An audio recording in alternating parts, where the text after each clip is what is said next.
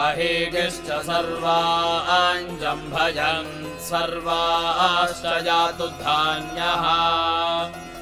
असौ यस्ताम्रो अरुण उत बभ्रुः सुमङ्गलः ये चैमागुं रुद्रा अभितो दिक्षु श्रुताः सहस्रशो वैशागुं जेडजीमहे असंयो वसर्पतिरीलग्रीवो विलोहितः उतैनं गोपा अदृशन्नदृशन्नुतहार्यः उदैनं विश्वा भूतानि सदृष्टो मृडजातिनः नमो अस्तु नीलग्रीवाय सहस्राक्षाय मेढुषे अथो ये अस्य सत्त्वानो हन्तेभ्यो करन्नमः प्रमुञ्चथन्वनस्त्वमुभयोरात्रियो